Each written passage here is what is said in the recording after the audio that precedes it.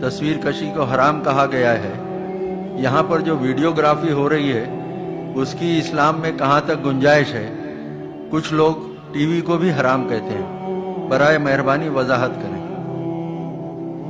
ایک تو آپ کو مغالطہ یہ ہے کہ قرآن مجید میں تصویر کشی کو حرام قرار دیا گیا ہے۔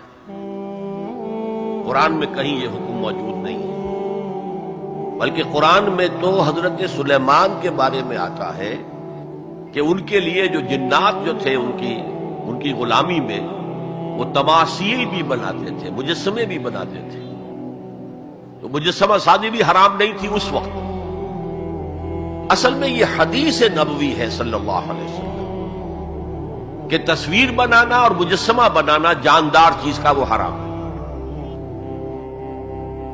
اس وقت تک کیمرہ ایجاد نہیں ہوا تھا، بلکہ ہاتھ سے تصویر بنتی تھی۔ جاندار کی تصویر بن رہی ہے تو ہاتھ سے، مجسمہ بن رہا ہے تو ہاتھ سے، تو اس کے تو حرمت پر پوری امت متفق ہے۔ لیکن جب کیمرہ ایجاد ہو گیا تو ایک نئی چیز آ گئی نا، اس میں اختلاف ہو گیا۔ جیسے شاید آپ کے علم میں ہو، لاؤڈ سپیکر پر ہمارے بڑے بڑے علماء کا فتویٰ تھا اذان حرام ہے، خطبہ حرام ہے، اور فتویٰ کس کا؟ مولانا اشرف علی تھانوی رحمۃ اللہ علیہ کا۔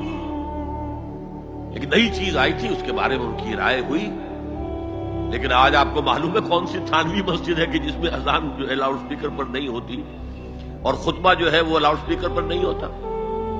تو نئی چیز کے آنے پر جو ہے یقیناً اختلاف رائے کے پیدا ہونے کا امکان ہے۔